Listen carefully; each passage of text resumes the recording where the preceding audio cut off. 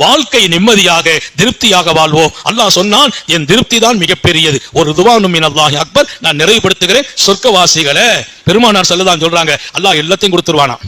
எல்லாத்தையும் கொடுத்து அவங்க தேவையானதான் கொடுத்து கேட்டதெல்லாம் கிடைக்குமா.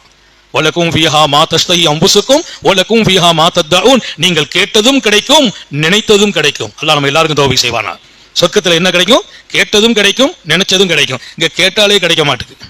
கேட்டாலே நினைச்சா இங்க இருந்து கிடைக்கா. கேட்டாலும் கிடைக்கும், நினைத்தாலும் கிடைக்கும். அத்தனையும் கொடுத்து விட்டு சொர்க்கத்தின் உல்லாச மாளிகை எல்லாம் அல்லாஹ் கொடுத்து விட்டு அவர்களிடத்தில் கேட்பானான், ஹல் ரதீதும், திருப்தியா இருக்கிறீங்களான்னு கேட்பானா. பாத்தியாலா, அங்கேயும் அல்லாஹ் அதைத்தான் கேட்கறான், திருப்தியா இருக்கிறீங்களா. அல்லாஹ்வுக்கு பிடிச்சமான ஒரு வாழ்க்கை திருப்தியா வாழ்றது. அதனால நாங்கெல்லாம் எங்க லைஃபை மாத்திட்டோம், திருப்தியா தான் இருக்கிறோம். எங்கள்கிட்ட யார் கேட்டாலும் திருப்தியா இருக்கிறோம்.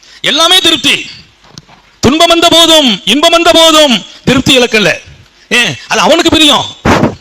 அல்லாஹ் கேட்கிறான், சொர்க்கத்தின் எல்லா வகையான நியாமத்தை கொடுத்துட்டு அல் ரதீதும், திருப்தியா இருக்கிறீங்களா, நான் கொடுத்ததெல்லாம் திருப்தி தானா அப்படின்னு கேட்டானா. அவங்க சொன்னாங்களாம், யா ரப்பனா மாலனா அல்லாஹ் நர்தா.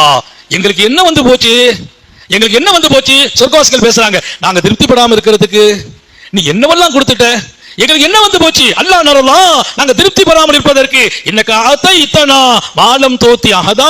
எங்களுக்கு யாருக்குமே கொடுக்காத எல்லாத்தையும் நீ எங்களுக்கு கொடுத்திருக்கேன்பாங்களாம். யாருக்குமே கொடுக்காத எல்லாவற்றையும் அவங்களுக்கு அப்படி தெரியும் சொர்க்கத்துல. இதுக்கு மேல இனி என்னத்தை போய் கொடுக்க முடியும். யாருக்குமே கொடுக்காததெல்லாம் எங்களுக்கு நீ கொடுத்து விட்டாய் ரப்பே.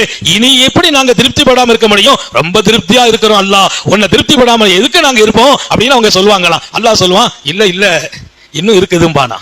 இனி என்ன இருக்குதுன்னு கேட்பாங்களாம். அதான் வாழ்க்கை. இனி என்ன இருக்குது உங்கள்ட்ட நாங்க கேட்பதற்கு, அனுபவிப்பதற்கு. கேட்டதெல்லாம் கிடைக்கிறது, நினைத்ததெல்லாம் கிடைக்கிறது. உல்லாச மாளிகை, வசந்த மாளிகை, எல்லாம் சொர்க்கம் எங்களை வரவேற்கிறது. இனி என்ன இருக்குது. அல்லாஹ் சொல்வான், ரிதுவானி. இப்போது அதை விட ஒரு பெரிய அருள். என்ன அருள் தெரியுமா. நான் உங்களை பொருந்திக் கொண்டேன், இனி உங்கள் மீது நான் கோபமே படமாட்டேன் என்றான். அல்லாஹு அக்பர். சொர்க்கவாசிகள் சத்தமிடுவார்கள், ஆஹா, இது எல்லாவற்றை விட பெரியதாச்சே. எங்க வாழ்க்கையில இனி நீ கோபப்பட மாட்டாய், எல்லாமே உங்களை நான் இனி திருப்தியோடு இருப்பேன் என்று அல்லாஹ் சொன்னான் என்று நபிகள் நாயகம் ஸல்லல்லாஹு அலைஹி வஸல்லம். எப்ப அல்லாஹ் என் திருப்தி உங்களுக்கு, உங்களை நான் கோபப்பட மாட்டேன்னு சொன்னா தெரியுமா.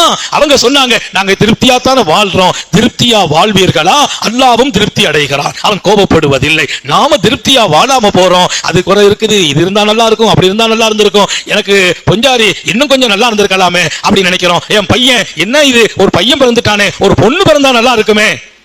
எப்படி கொடுத்தான் அல்லாஹ் அப்படி ஏற்றுக்கொள்ளுங்கள். நீங்கள் திருப்தி பெறுகிறீர்கள். நீங்கள் திருப்தி பெறுகிறீர்களா, அவன் திருப்திப்படுகிறான். அப்படி ஒரு அருமையான வாழ்க்கையை இந்த மண்ணில் வாழ்வதற்கும் வளர்வதற்கும் உயர்வதற்கும் அல்லாஹ் தௌஃபீக் செய்வானாக.